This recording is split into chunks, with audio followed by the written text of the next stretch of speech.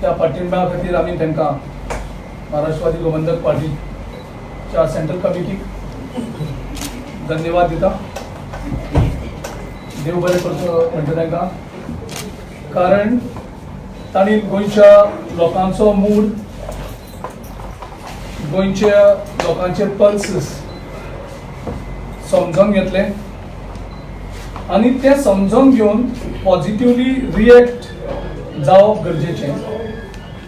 ते खुबशे political parties आनी पॉलिटिकल ऑर्गनायजेशन्स, पॉलिटिकल लिडर्स असतात, ते लोक कितें उलयता भाशा,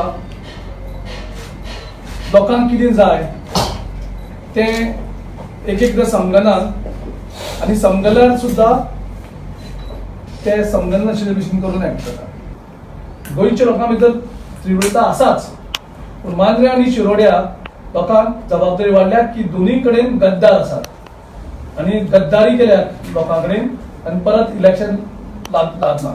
सो त्या गद्दारांक कदापि माफी ना आनी नितीन गडकरीन स्टेटमेंट केला गद्दारांक माफ करनाका म्हणून.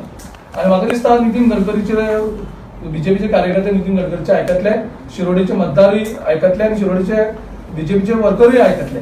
तशेंच नरेंद्र मोदीन पयर स्टेटमेंट केला की कोण फट उलयता तांकां सपोर्ट करनाका म्हणून. Our right now targets a by-election. Our target is to defeat BJP. Our first goal is to defeat BJP. How to defeat BJP? The assessment will be made.